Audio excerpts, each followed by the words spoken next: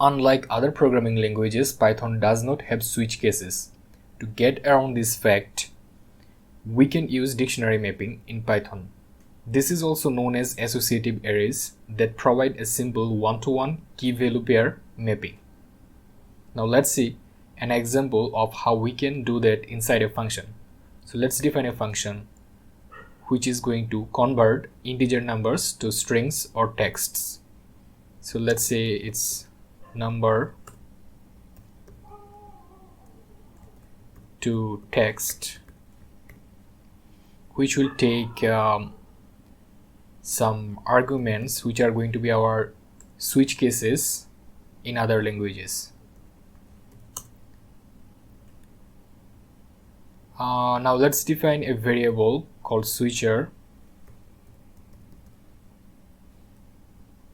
which is going to be a dictionary, and here we will define the different switch cases. For example, for 0 we can say it's a 0, then for 1 we can say it's 1, for 2 we can say it's 2, like this way.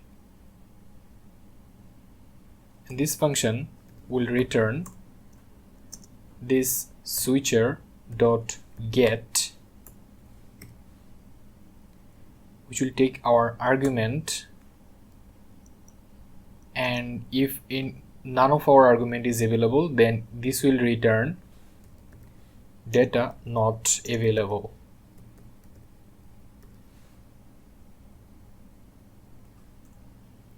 So it basically, what it will do is when you will enter 0, it will return 0. When you enter 1, it will return 1. When you enter 2, it will return 2. But when you enter other than any three of these, then this will be return data not available. For example, if you give an argument, for example, say it's 4, then this will return that data is not available. Now let's define a main function. Let's say our result is number to text. We will input let's say 1, and want to print the result.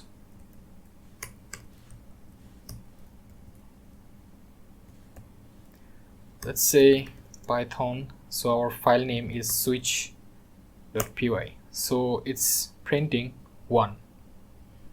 Now let's try another one. Let's give 5, which is not available here, so this should return data not available. You see, it's returning data not available.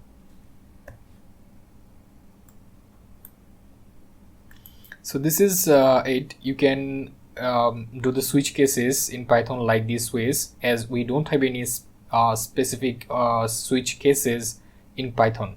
So we can do this thing using our dictionary mapping.